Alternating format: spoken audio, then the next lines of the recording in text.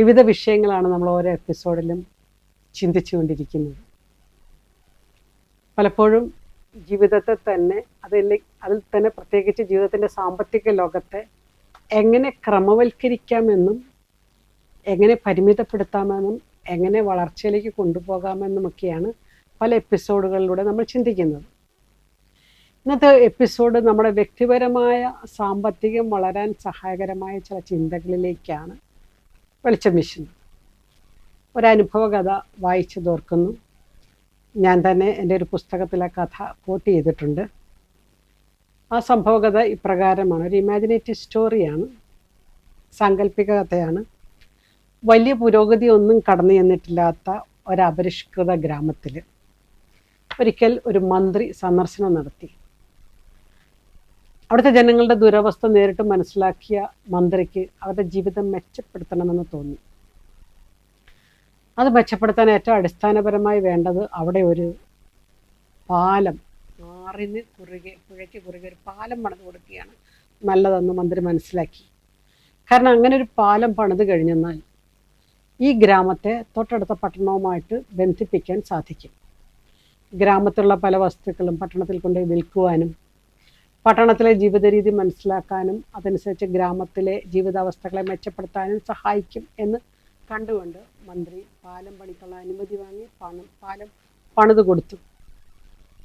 കുറച്ച് നാളുകൾക്ക് ശേഷം ആ ഗ്രാമത്തിലെ മനുഷ്യരുടെ ജീവിതം മെച്ചപ്പെട്ടോ എന്നറിയാൻ വേണ്ടി മന്ത്രി വീണ്ടും ആ ഗ്രാമം സന്ദർശിച്ചു. ഗ്രാമത്തിലുള്ള മനുഷ്യരെയൊക്കെ വിളിച്ചുകൂട്ടി, എങ്ങനെയുണ്ട് ഇപ്പോൾ നിങ്ങളുടെ ലൈഫ്, നിങ്ങളുടെ ജീവിതം മെച്ചപ്പെട്ടോ എന്നൊക്കെ ചോദിച്ചപ്പോൾ അവരുടെ ഗ്രാമീണ തലവൻ മന്ത്രിയോട് ഇപ്രകാരം പറഞ്ഞു: ഇപ്പോൾ ഞങ്ങൾക്ക് നല്ല സുഖമാണ്. പണ്ട് അക്കരയ്ക്ക് പോകണമെങ്കിൽ ഞങ്ങൾ വെയിലത്ത് നീന്തണമായിരുന്നു, സൂര്യൻ്റെ ചൂട് സഹിക്കണമായിരുന്നു. എന്നാൽ ഇപ്പോഴാകട്ടെ പാലത്തിൻ്റെ അടിയിൽ കൂടി ആ ഷെയ്ഡിൽ, ആ തണലിൽ ഞങ്ങൾക്ക് സുഖകരമായി നീന്തി മറുകരയിലെത്താം.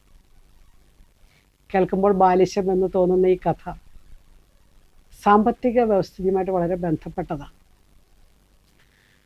ലഭ്യമായ വിഭവങ്ങളെ എപ്രകാരം ഉപയോഗിക്കണമെന്ന് അറിയാൻ പാടില്ലാത്തതാണ് പലരുടെയും സാമ്പത്തിക തകർച്ചയുടെ ഒരു കാരണം.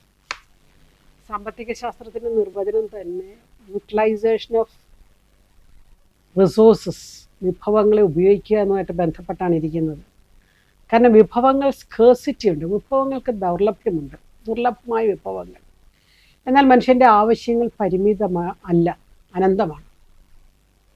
ഇറ്റ്സ് അൺഎൻഡിങ് നീഡ്സ് എന്ന് പറയും. ധാരാളം ആവശ്യങ്ങളുണ്ട്.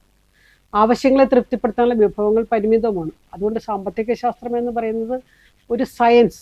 ഈ ശാസ്ത്രത്തിൽ how to utilise the scarce resources in order to meet the unending wants, or how to have alternative uses of this available resource. ഇതൊക്കെയാണ് ലഭ്യമായ വിഭവങ്ങളെ എങ്ങനെ സമാഹരിക്കാമെന്നും എങ്ങനെ ഉപയോഗിക്കാമെന്നും അത് എപ്രകാരം പല രീതിയിൽ മിക്സ് ചെയ്തിട്ട് നമ്മുടെ ലക്ഷ്യത്തിലെത്താമെന്നും ഒക്കെ ചിന്തിക്കുന്ന ഒരു ശാസ്ത്രശാഖയുടെ പേരാണ് സാമ്പത്തിക ശാസ്ത്രം. വികസനത്തിൻ്റെ അളവുകൾ മനസ്സിലാക്കാൻ സാധിക്കുക എന്നുള്ളതും വികസനത്തിന് ആവശ്യമായ കാര്യങ്ങൾ സ്വന്തമാക്കി വളർത്തിയെടുക്കുക എന്നുള്ളതുമൊക്കെ അടിസ്ഥാന തത്വങ്ങളിൽപ്പെട്ടതാണ്. ഒരു വ്യക്തിയുടെ സാമ്പത്തികമായ വളർച്ചയിൽ അടിസ്ഥാനപരമായ 2 കാര്യങ്ങളെക്കുറിച്ചാണ് ഈ എപ്പിസോഡ് വിരൽ ചൂണ്ടുന്നത്. അതൊന്ന് ബജറ്റാണ്, 2 സേവിങ് ആണ്. ബജറ്റിംഗ് ആൻഡ് സേവിങ്, അതിനോടുള്ള കത്തോലിക്ക സഭയുടെ അല്ലെങ്കിൽ സഭാ പഠനങ്ങളുടെ വെളിച്ചത്തിലുള്ള ഒരു സമീപനമാണ് നമ്മൾ എടുക്കുന്നത്. എഫക്റ്റീവ് ബജറ്റിംഗ് ആൻഡ് സേവിങ് എന്ന് പറഞ്ഞാൽ ഫലപ്രദമായ രീതിയിൽ ബജറ്റ് ഉണ്ടാക്കുന്നതും സേവ് ചെയ്യുന്നതും സമ്പാദിക്കുന്നതും എപ്രകാരമാണ്. ഈ 2 കാര്യങ്ങളും, എഫക്റ്റീവ് ബജറ്റിംഗ് ആൻഡ് സേവിങ്, ഇത് രണ്ടും ഒരു ഫിനാൻഷ്യൽ സ്റ്റെബിലിറ്റിക്ക് ആവശ്യമാണ്, സാമ്പത്തിക സുസ്ഥിരതയ്ക്ക് ആവശ്യമാണ്, സാമ്പത്തിക സ്വാതന്ത്ര്യത്തിനും ആവശ്യമാണ്, ഒരു ഫിനാൻഷ്യൽ ഫ്രീഡത്തിനും ആവശ്യമാണ്. അതുകൊണ്ട് ഇതിനകത്ത് ഒരു പ്രയോറിറ്റീസ് നിശ്ചയിക്കുക എന്നുള്ളതാണ്. എന്ന് പറഞ്ഞാൽ aligning spending and values and priorities. നമ്മുടെ ചിലവുകൾ, നമ്മുടെ ആവശ്യങ്ങൾ, നമ്മുടെ മൂല്യങ്ങൾ, നമ്മുടെ മുൻഗണനകൾ, ഇതെല്ലാം ബാലൻസ് ചെയ്തുകൊണ്ട് പോകുന്നതിനെയാണ് നമ്മൾ എഫക്റ്റീവ് ബഡ്ജറ്റിംഗ് ആൻഡ് സേവിങ് എന്ന് പറയുന്നത്. എപ്രകാരം നല്ലൊരു ബഡ്ജറ്റ് ഉണ്ടാക്കാം എന്നുള്ളത് നമ്മൾ മറ്റൊരു എപ്പിസോഡിൽ കണ്ടായിരുന്നു കേട്ടോ. നല്ലൊരു ബഡ്ജറ്റിനെ കുറിച്ച് ഞാൻ കൃത്യമായി ഒരു എപ്പിസോഡിൽ നിങ്ങളോട് സംസാരിച്ചായിരുന്നു. ഇവിടെ നമ്മൾ ചിന്തിക്കുന്നത് ഒരു ബാലൻസ്ഡ് വ്യൂ പോയിന്റ്, സമ്പാദ്യവും ബഡ്ജറ്റും തമ്മിലുള്ള ഒരു ബാലൻസിനെ കുറിച്ചാണ് നമ്മൾ ഈ എപ്പിസോഡിൽ ചിന്തിക്കുന്നത്. പലപ്പോഴും പലരുടെയും ജീവിതത്തിൽ നമുക്കറിയാം, പ്രതീക്ഷിക്കുന്ന കാര്യങ്ങളുമുണ്ട്, അപ്രതീക്ഷിതമായി സംഭവിക്കുന്ന കാര്യങ്ങളുമുണ്ട്. ചില കാര്യങ്ങൾ നമുക്ക് ജീവിതത്തിൽ പ്ലാൻ ചെയ്യാൻ പറ്റും. ഒരുപക്ഷെ മകളുടെ വിവാഹമോ, അല്ലെങ്കിൽ അവരുടെ മക്കളുടെ വിദ്യാഭ്യാസമോ, അവരുടെ വിസയോ, ഇങ്ങനെയുള്ള ചില കാര്യങ്ങൾ നമുക്ക് പ്ലാൻ ചെയ്യാൻ പറ്റും. അതിനുവേണ്ടി ഒരുപക്ഷെ സമ്പാദിക്കാനോ പല കാര്യങ്ങളൊക്കെ ഒന്നിച്ചു ചേർക്കാനൊക്കെ സാധിക്കും. എന്നാൽ ചിലപ്പോൾ ജീവിതത്തിൽ അപ്രതീക്ഷിതമായ ചില കാര്യങ്ങൾ സംഭവിക്കും. നമ്മൾ വിചാരിക്കാത്ത രീതിയിലുള്ള ചില ദുരന്തങ്ങൾ, മരണമോ അപകടമോ രോഗമോ ഒക്കെ വരാം. ഇങ്ങനെയുള്ള പ്രതിസന്ധികൾ വരുമ്പോഴും നമ്മുടെ ജീവിതത്തെ സാമ്പത്തികമായി പിടിച്ചു നിർത്താനുള്ള ഒരു വൈകാരിക പക്വതയാണ് നമുക്ക് വേണ്ടത്. ബെനഡിക്ട് 16 മാർപ്പാപ്പ കാരിത്താസ് ഇൻ വെരിത്താത്ത്, സത്യത്തിൽ സ്നേഹം എന്നുള്ള തൻ്റെ പഠനത്തിൽ ഒരു എൻസൈക്ലിക്കൽ ലെറ്ററാണത്. സഭയുടെ പഠനത്തിൽ സഭ 21 ഖണ്ഡികയിൽ ഇപ്രകാരം പറയുന്നുണ്ട്. മാർപ്പാപ്പ പറയുന്നതാണ്, പ്രതിസന്ധികൾ നമുക്ക് അനുഗ്രഹമാണ്. ജീവിതത്തിൽ ചിലപ്പോഴൊക്കെ തിരിച്ചടികൾ നമ്മുടെ ജീവിതത്തിൽ വരാറുണ്ടല്ലേ, ആ സാമ്പത്തിക ആഘാതങ്ങളാകാം, അതൊക്കെ അനുഗ്രഹമാണെന്നാണ് മാർപ്പാപ്പ പറയുന്നത്. കാരണം നമ്മുടെ യാത്രയെ പുനഃക്രമീകരിക്കാനും സ്വയം സജ്ജമാക്കാനും പ്രതിബദ്ധതയുടെ പുതിയ രൂപങ്ങൾ കണ്ടെത്താനും പോസിറ്റീവായ അനുഭവങ്ങൾ കെട്ടിപ്പടുക്കാനും നിഷേധാത്മകമായ നിരസിക്കാനും ഇവ നമ്മെ നിർബന്ധിതരാക്കും.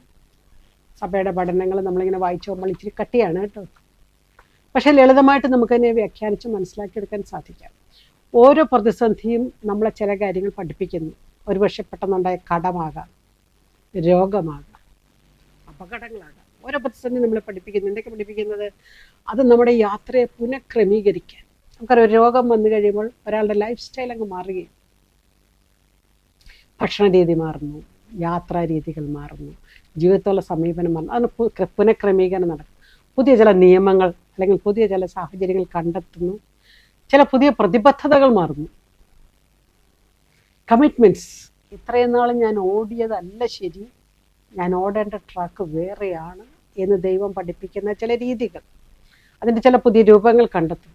അതോടുകൂടി നിഷേധാത്മകതയിൽ നിന്ന് ഭാവാത്മകതയിലേക്ക്, നെഗറ്റിവിറ്റിയിൽ നിന്ന് പോസിറ്റിവിറ്റിയിലേക്ക് നമ്മുടെ ജീവിതത്തെ ക്രമീകരിക്കാനും കെട്ടിപ്പടുത്താനും സാധിക്കുന്നുണ്ട്. മാത്രമല്ല, അവിടെ ഒരു ഡിസേൺമെൻറ്റ് പ്രോസസ്സ് നടക്കുന്നു. ഡിസേൺമെൻ്റ് എന്ന് പറഞ്ഞാൽ തന്നെ വിവേചന, അല്ലേ, വിവേകത്തോടുള്ള തീരുമാനത്തെയാണ് നമ്മൾ വിവേചനാധികാരം എന്നൊക്കെ പറയുന്നത് അല്ലേ. ജീവിതത്തിൽ ഡിസേൺ ചെയ്യാൻ സാധിക്കാം, which is better for me, which is best for me. ഞാൻ ഇത് ചെയ്യണമോ അത് ചെയ്യണമോ, തീരുമാനങ്ങൾ എടുക്കാനുള്ള കാര്യം പരിശുദ്ധാത്മാവാണ് നമ്മളെ സഹായിക്കുന്നത് ദ ബെസ്റ്റ് ഡിസേൺമെൻറ്റിന്. അങ്ങനെയുള്ള അവസരമായി പ്രതിസന്ധികൾ മാറുന്നു. മാർപ്പാപ്പ തുടർന്ന് പറയുകയാണ്, അത് ഭാവിയിലേക്കുള്ള പുതിയ കാഴ്ചപ്പാട് തരുന്നു. ആത്മവിശ്വാസത്തോടെ നമ്മുടെ ബുദ്ധിമുട്ടുകളെ പരിഹരിക്കാൻ സാധിക്കും. അപ്പോൾ നമ്മുടെ ജീവിതത്തിൽ ഒരു സാമ്പത്തിക പ്രതിസന്ധി ഉണ്ടാകുമ്പോൾ അത് നന്മയ്ക്കാണെന്ന് കണ്ടെത്തുക ആദ്യം തന്നെ. അപ്രതീക്ഷിതമായ കടമോ പ്രശ്നങ്ങളോ ഒക്കെ വരുമ്പോൾ ആത്മഹത്യയിലേക്കല്ല പോകേണ്ടത്. അടുത്ത നാളുകൾ എന്നെ വളരെയധികം വിഷമിപ്പിച്ചിട്ടുണ്ട്. പല ആത്മഹത്യകളുടെയും കാരണങ്ങളിലേക്ക് അനലൈസ് ചെയ്ത് പോകുമ്പോൾ അതിനകത്ത് സാമ്പത്തികം ഒരു പ്രധാന വിഷയമായി കാണുന്നതുകൊണ്ട് അവർക്ക് ധാരാളം കടമുള്ളതായി പറയപ്പെടുന്നു എന്നൊരു വരിയും കൂടി വായിക്കുമ്പോൾ എന്നിലെ സാമ്പത്തിക ശാസ്ത്ര അധ്യാപികയ്ക്ക് ഭയങ്കര ബുദ്ധിമുട്ടാണ്. കാരണം സാമ്പത്തികത്തെ ക്രമപ്പെടുത്താനുള്ള അവരുടെ കഴിവില്ലായ്മയാണല്ലോ അവരെ ഈ ദുരന്തത്തിലേക്ക് എത്തിച്ചത്. സഭയുടെ ലിറ്റർജിക്കൽ കലണ്ടറിൽ, അതുകൊണ്ട് തന്നെ ലിറ്റർജിക്കൽ കലണ്ടർ എന്ന് പറഞ്ഞു കഴിഞ്ഞാൽ എല്ലാ ദിവസവും വായിക്കുന്ന വായനകളാണ്. നമ്മുടെ ആരാധനാക്രമത്തിൽ നമ്മൾ വായിക്കുന്ന വായനകൾ നിങ്ങൾ ശ്രദ്ധിച്ചിട്ടുണ്ടെന്ന് എനിക്കറിയത്തില്ല. പ്രത്യേകിച്ച് ഞായറാഴ്ചകളൊക്കെ എടുക്കുകയാണെങ്കിൽ പുതിയ നിയമത്തിൽ നിന്നുള്ള ഒരു വായനയുണ്ടാകാം, ലേഖനത്തിൽ നിന്നുള്ളൊരു വായനയുണ്ടാകാം, പഴയ നിയമത്തിൽ നിന്നുള്ളൊരു വായനയുണ്ടാകാം.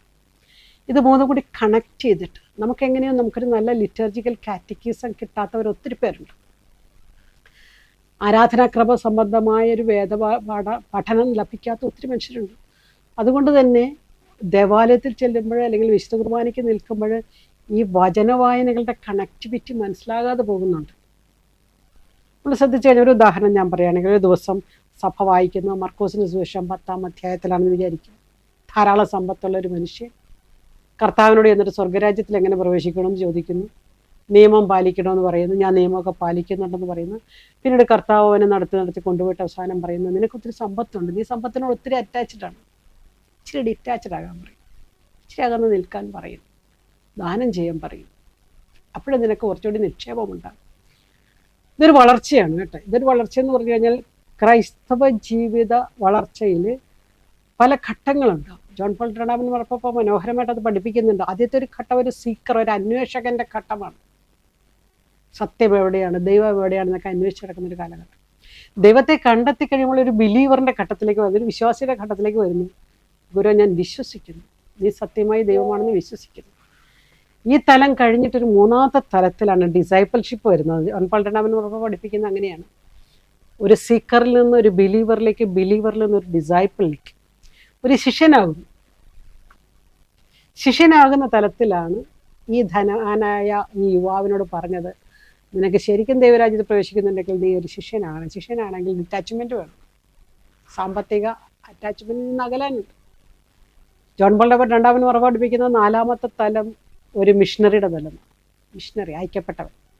ഈ തലങ്ങൾ വളരെ മനോഹരമാണ് കേട്ടോ. ശിഷ്യനാകാതെ അയക്കപ്പെടുന്നവർ ഒത്തിരി പേരുണ്ട്. അതുകൊണ്ട് തന്നെ അവർ പരാജയപ്പെടുന്നുണ്ട് അവരുടെ മിഷണറി ഫീൽഡിൽ. ശിഷ്യനായി അല്ലെങ്കിൽ ബിലീവറായിട്ട് മാത്രം ഇരിക്കുന്ന കുറേ മനുഷ്യരുണ്ട്. ബിലീവറായിട്ട് മാത്രം ഇരിക്കുക, ദൈവം ഒരു അത്ഭുത പ്രവർത്തകരാണ്, ഞാൻ വിശ്വസിക്കുന്നത്, എനിക്ക് ആവശ്യമുള്ളതൊക്കെ തരും, ഖുഷി ജീവിതം നല്ലവരെയാക്കും. അവരൊരു ഡിസൈപ്പിൾ ആകുന്നില്ല, ജീവിതത്തിൽ ക്രമീകരണം വരുന്നില്ല. അപ്പോൾ സാമ്പത്തിക ക്രമീകരണത്തെക്കുറിച്ചാണ് നമ്മൾ പറഞ്ഞു വരുന്നത്. ഈ എപ്പിസോഡ് സാമ്പത്തികമായിട്ട് ബന്ധപ്പെട്ടതായതുകൊണ്ട് സാമ്പത്തിക ക്രമീകരണത്തെക്കുറിച്ചാണ് നമ്മൾ ചിന്തിക്കുന്നത്. നാലാമത്തെ തലം മിഷണറി ആണെങ്കിൽ അയക്കപ്പെടുക എന്ന് പറഞ്ഞു കഴിഞ്ഞാൽ എല്ലാം വിട്ടുകളഞ്ഞ് എൻ്റെ പ്രയോറിറ്റി തന്നെ മാറുന്നു, എൻ്റെ മുൻഗണന മാറുന്നു. ക്രിസ്തുവിൻ്റെ സുവിശേഷം പറയുകയാണ് എൻ്റെ മുൻഗണന, അപ്പം എല്ലാം മാറും. അപ്പോൾ നമ്മളൊരു ശിഷ്യനായിരിക്കുമ്പോഴത്തേക്കും ഈ മർക്കോസിൻ്റെ സുവിശേഷം 10-ാം അധ്യായം വായിക്കുന്ന അന്ന് തന്നെ ജ്ഞാനത്തിൻ്റെ പുസ്തകത്തിൽ നിന്നും വായിക്കും.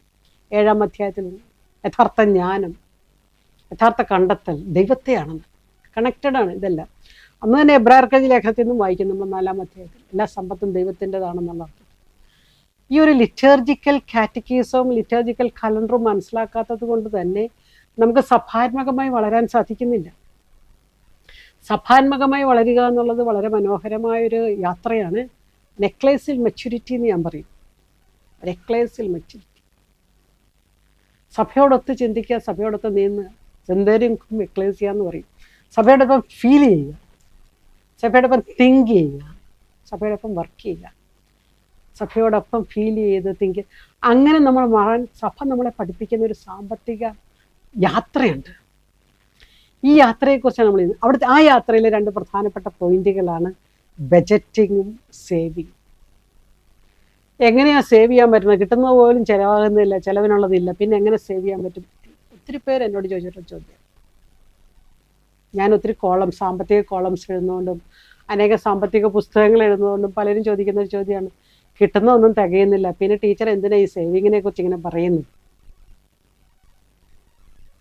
അത് ഒരു തെറ്റിദ്ധാരണയിൽ നിന്നാണ് കേട്ടോ അവരുടെ ഈ ചോദ്യം. യഥാർത്ഥത്തിൽ സേവ് ചെയ്യുന്നത് ചിലവാക്കിയിട്ട് മിച്ചമുള്ളതല്ല, ചെലവ് കഴിഞ്ഞ് മിച്ചം വരുന്നതല്ല സമ്പാദ്യം, സമ്പാദ്യം കഴിഞ്ഞ് മിച്ചം വരുന്നതാണ് ചിലവ്. അപ്പോൾ സമ്പാദിക്കാനും കരുതുവാനുമുള്ള, ഭാവിയിലേക്കുള്ള കരുതാനുമൊക്കെയുള്ള ഒരു വിവേകം, അതാണ് നേരത്തെ പറഞ്ഞ ഡിസേൺമെൻറ്റ്. ഈ ഡിസേൺമെൻറ്റ് പ്രോസസ്സിൽ നമ്മളെ സഹായിക്കുന്ന ചില ചിന്തകളാണ് നമ്മളിപ്പോൾ ഈ എപ്പിസോഡിൽ കാണുവാൻ പോകുന്നത്. അതിന് ഒരു 4 തലങ്ങൾ ഞാൻ നിങ്ങളോട് പറഞ്ഞു തരാൻ ആഗ്രഹിക്കുന്നു. ഒന്ന്, നീഡ്സ് വേഴ്സസ് വാണ്ട്സ് എന്ന് പറഞ്ഞാൽ എന്താണ്? ആവശ്യങ്ങളും ആഗ്രഹങ്ങളും വേർതിരിക്കുക. ആവശ്യങ്ങൾ നമ്മൾ നേരത്തെ ഞാൻ പറഞ്ഞ പോലെ അനന്തമാണ്. സാമ്പത്തിക ശാസ്ത്രത്തിൻ്റെ നിർവചനത്തിനകത്ത് പറഞ്ഞ പോലെ അത് അനന്തമാണ്. ഒന്ന് കിട്ടിക്കഴിയുമ്പോൾ അടുത്തത്. പലരും ഇപ്പോൾ ഓൺലൈൻ ഷോപ്പിങ്ങിൻ്റെ അടിമകളാണ്. ഇന്നലെ തന്നെ ഒരു പെൺകുട്ടി എന്നോട് പറയുകയായിരുന്നു, ഇനി മേടിക്കത്തില്ല എന്ന് ഞാൻ തീരുമാനിക്കും. പക്ഷെ അപ്പോഴൊരു പരസ്യം കാണും, ഒരു കുർത്തി 300 രൂപയുള്ളൂ. അപ്പം ഞാൻ അല്ലെങ്കിൽ തയ്ക്കാൻ 400 രൂപ കൊടുക്കണം, തയ്യക്കൂലി പോലും ആയില്ല, എന്നാൽ പിന്നെ ഓൺലൈനിൽ ഇട്ടേക്കാം 300 രൂപ. അത് വന്നു കഴിയുമ്പോഴത്തേക്കും, അതിട്ട് കഴിയുമ്പോഴത്തേക്കും അതിൻ്റെ ഒരു വേറൊരു ഷെയ്ഡും കൂടി എടുക്കാറുണ്ട്. ഈ പർപ്പിൾ ഷെയ്ഡാണിത്. ഈ പർപ്പിൾ ഷെയ്ഡിനെ ഒന്ന് മാറ്റിയിട്ട് മറ്റൊരു ഷെയ്ഡും കൂടി എടുക്കാമെന്ന് വെച്ചാൽ ഒരെണ്ണം കൂടിയാണ്. അവസാനം എന്താ വരുന്നത്? 1-ാം തീയതി കിട്ടുന്ന ശമ്പളം 10-ാം തീയതി ആകുമ്പോഴേ ഇല്ലാതാകുകയാണ്. പിന്നത്തെ 20 ദിവസം കഴിഞ്ഞു പോകുന്ന വളരെ കഷ്ടപ്പെട്ടാണ്. എല്ലാവരോടും ഇച്ചിരിച്ച കാശ് കടം മേടിക്കും. പല രീതിയിലാണ് ഞാൻ മുന്നോട്ട് പോകുന്നത്. ഷോപ്പഹോളിസം എന്ന് പറയും. അങ്ങനെ ഒരു പദം തന്നെ ഇപ്പോൾ ഉണ്ടായിട്ടുണ്ട് കേട്ടോ. ഞങ്ങൾ എക്കണോമിക്സിൽ പറയുന്നത് ലൈഫ് സ്റ്റൈൽ ഇൻഫ്ലേഷൻ എന്ന വാക്കുപയോഗിച്ചാൽ ഞങ്ങളിതിനെ പറയുന്നത്. ലൈഫ് സ്റ്റൈൽ ഇൻഫ്ലേഷൻ, ജീവിത രീതി മൂലമുണ്ടായ ചില പണപ്പെരുപ്പം. പണപ്പെരുപ്പം എന്ന് പറഞ്ഞാൽ പണത്തിൻ്റെ മൂല്യം കുറഞ്ഞു പോയി, ജീവിത രീതിയാണ്. അപ്പോൾ ഒന്നാമത്തെ പോയിന്റ് ഇതാണ്, നീഡ്സ് വേഴ്സസ് വാണ്ട്സ്. നമ്മുടെ ആഗ്രഹങ്ങളും നമ്മുടെ ആവശ്യങ്ങളും രണ്ടാണ്. മറ്റൊരു വാക്കുകൾ ഉപയോഗിക്കുകയാണെങ്കിൽ ഗ്രീഡ് ആൻഡ് വാണ്ട്സ് എന്ന് പറയും. ആർത്തികൾ, ക്രേവിങ് എത്രത്തോളം ഉണ്ടെങ്കിലും മനുഷ്യന് സംതൃപ്തി വരത്തില്ല, തൃപ്തിയില്ല. തൃപ്തി എന്നൊരു വാക്ക് പറയാൻ മനുഷ്യന് സാധിച്ചു. പഴയ നിയമത്തിൽ തോബിത്തിൻ്റെ ഭാര്യ അന്നയാണ് ആ വാക്ക് ഉപയോഗിച്ച് എനിക്ക് വളരെ ഇഷ്ടപ്പെട്ടത്. തോബിത്തിൻ്റെ ഭാര്യ അന്ന, ഭർത്താവ് തോബിത്തിനോട് ചോദിക്കുന്നുണ്ട്, ദൈവം നൽകിയ സൗകര്യങ്ങൾ കൊണ്ട് നമുക്ക് തൃപ്തിപ്പെട്ട് ജീവിച്ചുകൂടെ? ഇങ്ങനെ പറയാൻ സാധിക്കുക എന്നുള്ളതാണ് എൻ്റെ പ്രധാനം. എന്നാൽ ഉള്ളതിൽ തൃപ്തിപ്പെട്ട് മാത്രം ഇരിക്കാതെ ഉള്ളതിനെ മെച്ചപ്പെടുത്താൻ താലന്തിൻ്റെ ഉപമ നമ്മളെ സഹായിക്കുന്നുണ്ട്. ഉള്ളതിനെ മെച്ചപ്പെടുത്തുക, ദൈവം തന്നതിനെ കുഴിച്ചു മൂടാതെ വീണ്ടും കൂടി മെച്ചപ്പെടുത്തുക എന്നുള്ളത്. അപ്പോൾ ഈ ആവശ്യങ്ങളാഗ്രഹം, നമ്മുടെ മനുഷ്യൻ്റെ അടിസ്ഥാന ആവശ്യങ്ങളെക്കുറിച്ച് നമ്മൾ പറയത്തില്ലേ, ഫുഡ്, ഷെൽട്ടർ, ക്ലോത്തിങ്, ഭക്ഷണം, വസ്ത്രം, പാർപ്പിടം. ഇപ്പം ചിലർ പറയണത് അതിൻ്റെ കൂടെ മൊബൈൽ ഫോണും കൂടി ചെയ്യണമെന്നാണ്. മൊബൈൽ ഫോൺ അടിസ്ഥാന ആവശ്യമായിരുന്നു പറയുന്നത്. കളിയാക്കി പറയുന്നതാണ് കേട്ടോ, തമാശയ്ക്ക് പറയുന്നത്. പരിമിതമായ ജീവിത സാഹചര്യങ്ങളിൽ നമ്മളാരും ജീവിക്കണമെന്ന് നിർബന്ധമില്ല കേട്ടോ. ജീവിതം മെച്ചപ്പെടുത്താം. മെച്ചപ്പെട്ട വീടോ, മെച്ചപ്പെട്ട വസ്ത്രമോ, മെച്ചപ്പെട്ട പാർപ്പിടമോ, അങ്ങനെ അതിനകത്തും തെറ്റില്ല. പക്ഷേ ഇത് എൻ്റെ ബജറ്റിനെ താളം തെറ്റിക്കുന്നതാണെങ്കിൽ അപകടകരമാണ്. എൻ്റെ വരവും എൻ്റെ ചിലവും, എൻ്റെ സമ്പാദ്യവും എൻ്റെ കടവും, 4 സാമ്പത്തിക സൂചികകളാണ് ഞാൻ പറയുന്നത്. വരവ്, ചെലവ്, കടം, സമ്പാദ്യം. ഈ 4 സൂചികകളും ബാലൻസ് ചെയ്ത് കൊണ്ടുപോകേണ്ട ഉത്തരവാദിത്തം എനിക്കാണ്.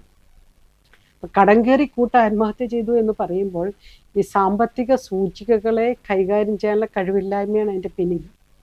അപ്രതീക്ഷിതമായി വന്നു കയറിയ കടമല്ല, വർഷങ്ങളായിട്ട് ഡെവലപ്പ് ചെയ്തുകൊണ്ട് പോയ കടമാണ്. അപ്പോൾ നീഡ്സ് വേഴ്സസ് വാണ്ട്സ് ആണ് ഒന്നാമത്തെ. രണ്ടാമത് ഒരു എമർജൻസി ഫണ്ട് എന്നുള്ളതാണ്. എമർജൻസി ഫണ്ട് എന്ന് പറഞ്ഞാൽ അടിയന്തര ആവശ്യത്തിന് വേണ്ടി ഉപയോഗിക്കുന്ന ഒരു ആവശ്യം. ചിലർ പറയും, അടുത്ത 6 മാസം എൻ്റെ തൊഴിൽ നഷ്ടപ്പെട്ടാൽ, അടുത്ത 6 മാസത്തേക്ക് എനിക്ക് ജീവിക്കാനൊരു മാർഗ്ഗമില്ലാതെ, അടുത്ത 6 മാസത്തേക്ക് എനിക്ക് പണിക്ക് പോകാതെ ഞാൻ ഇന്ന് രോഗിയായി കടന്നു പോയാൽ 6 മാസം ജീവിക്കാനുള്ള തുകയാണ് സാധാരണഗതിയിൽ എമർജൻസി ഫണ്ടെന്ന് പറയുന്നത്. ജോലി നഷ്ടപ്പെട്ടാൽ, കഴിഞ്ഞ ദിവസം ഞാൻ IT വർക്ക് ചെയ്യുന്ന ഒരാളോട് വാടകയ്ക്ക് താമസിക്കാതെ വീട് പണിയാൻ പാടില്ല എന്ന് ചോദിച്ചു. ഇപ്പോൾ കൊടുക്കുന്ന വാടകയുടെ കൂടെ കുറച്ചുകൂടി പൈസ ആയിക്കഴിഞ്ഞാൽ വീട് സ്വന്തമാകില്ലെന്ന് ചോദിച്ചു. ആ വ്യക്തി എനിക്കെന്ന മറുപടി ഇതാണ്, ടീച്ചറെ ഞാൻ IT ഫീൽഡിലാണ്, ജോലിക്ക് വലിയ ഉറപ്പൊന്നുമില്ല, ഇപ്പോൾ വരുമാനമുണ്ട്, ഞാൻ വലിയ ലോൺ എടുത്ത് വീടൊക്കെ പണിത് കഴിഞ്ഞാൽ ജോലിക്ക് എന്തെങ്കിലും സംഭവിച്ചാൽ പിന്നെ ഞാൻ ആ വീടിൻ്റെ കടം എങ്ങനെ വീട്ടും? ആ ചിന്തയാണ് എന്നെ ഇതിൽ നിന്നും പുറകോട്ട് പിൻവലിക്കുന്നത്. ഒരു എമർജൻസി, ഏത് സമയത്തും ഒരു പ്രതിസന്ധി കടന്നു വരാം എന്നുള്ള ഒരു ചിന്തയാണ് പറയുന്നത്. അപ്പോൾ ഒരു emergency fund and emergency saving എന്ന് പറയും. അപ്പോൾ അതിനു വേണ്ടി പണത്തെ കൈകാര്യം ചെയ്യുക, മാറ്റിവെക്കുക. ഇത്തവണത്തെ ലോക സമ്പാദ്യ ദിനം ഒക്ടോബറിലാണ്. ലോക സമ്പാദ്യ ദിനവും ദേശീയ സമ്പാദ്യ ദിനം 2 ഒക്ടോബറിലാണ് നമ്മൾ ആചരിക്കുന്നത്. സമ്പാദ്യ ദിനത്തിൻ്റെ പ്രമേയം തന്നെ ഷെയറിങ് ദ പ്രോസ്പെരിറ്റി എന്നായിരുന്നു.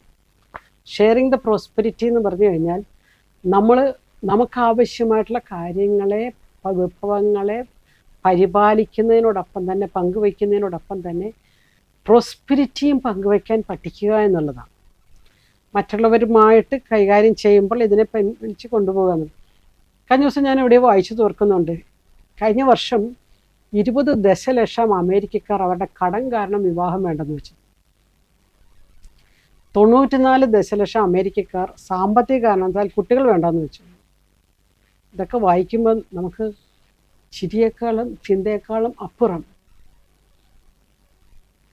എന്തുകൊണ്ടിത് സംഭവിച്ചു എന്ന് ചിന്തിക്കാനുള്ള ഒരു ഡിസേൺമെൻ്റ്, ഒരു വേഗപ്പൊടി വേണം.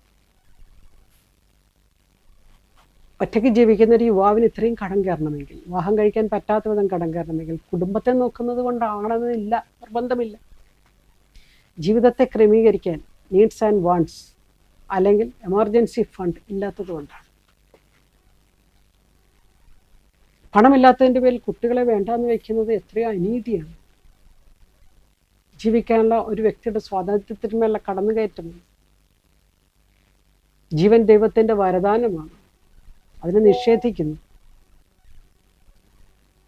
ഇതെല്ലാം എക്കണോമിക് പ്ലാനിങ് ഇല്ലാത്തത് കൊണ്ടാണ്. മൂന്നാമത്തെ ഒരു തലം ഡെപ്റ്റ് മാനേജ്മെൻറ്റ്. കടം അതിനാൽ തന്നെ തെറ്റല്ല. കടം എന്തിനു വേണ്ടി മേടിച്ചു, ലോൺ എന്തിനെടുത്തു എന്നുള്ളതാണ് പ്രധാനപ്പെട്ടത്.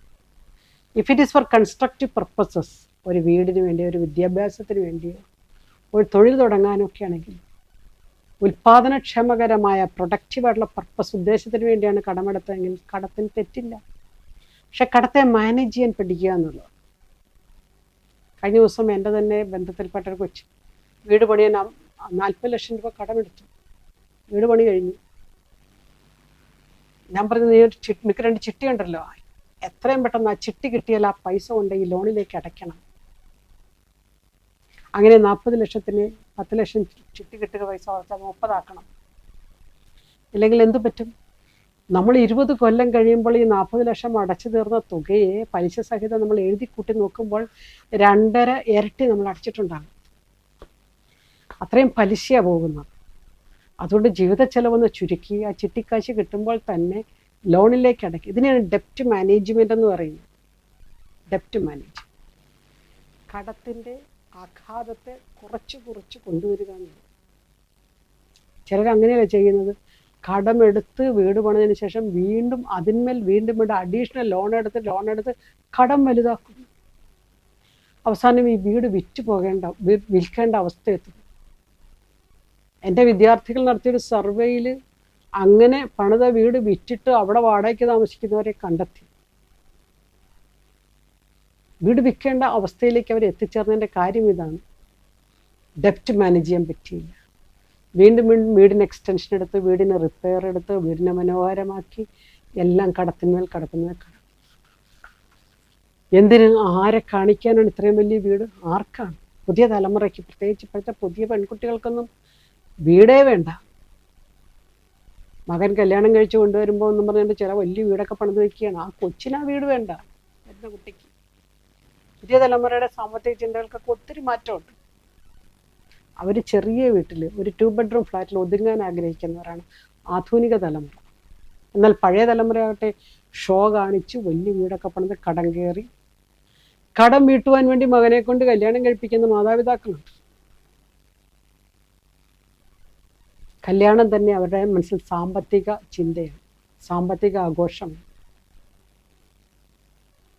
അവസാനം പെൺകുട്ടി ഇതെല്ലാം മനസ്സിലാക്കി കഴിയുമ്പോഴത്തെ അത് ഡൈവോഴ്സിലെത്തും. എത്ര കേസുകളാണ് ഞാൻ ഡീൽ ചെയ്തുകൊണ്ടിരിക്കുന്നത്.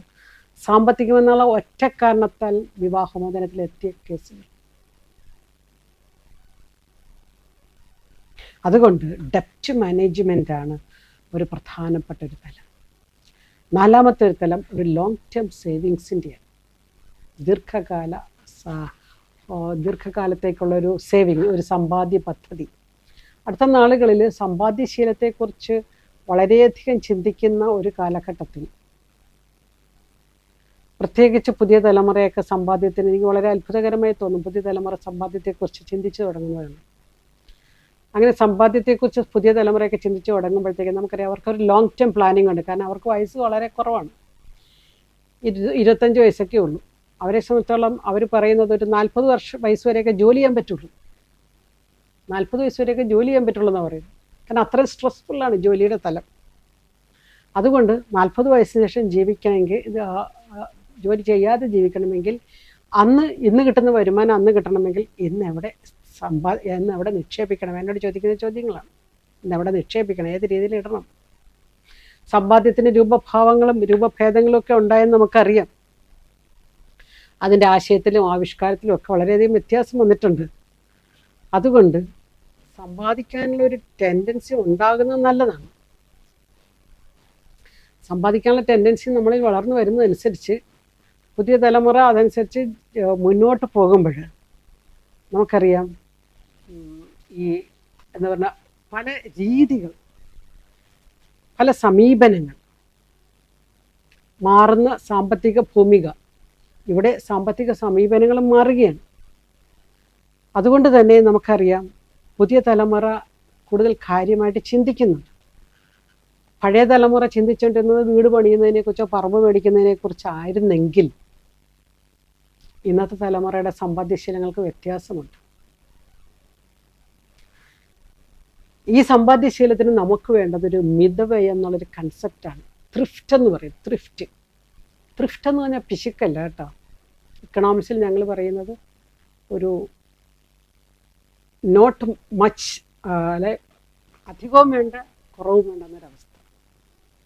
അപ്പോൾ ഈ 4 കാര്യങ്ങൾ നിങ്ങളുടെ മനസ്സിലേക്ക് ഉണ്ടാകട്ടെ എന്ന് ഞാൻ വീണ്ടും കൊണ്ട് ആഗ്രഹിക്കുകയാണ്. ബജറ്റിങ്ങും സേവിങ്ങും എല്ലാം ഒരു പ്രയോറിറ്റി ആയിട്ട് മാറണം. കടം കയറി ഇനിയൊരു കുടുംബവും ഇവിടെ ആത്മഹത്യയിലേക്ക് നീങ്ങരുത് എന്ന ആഗ്രഹത്തോടെ ഈ എപ്പിസോഡ് അവസാനിപ്പിക്കുന്നു. നന്ദി.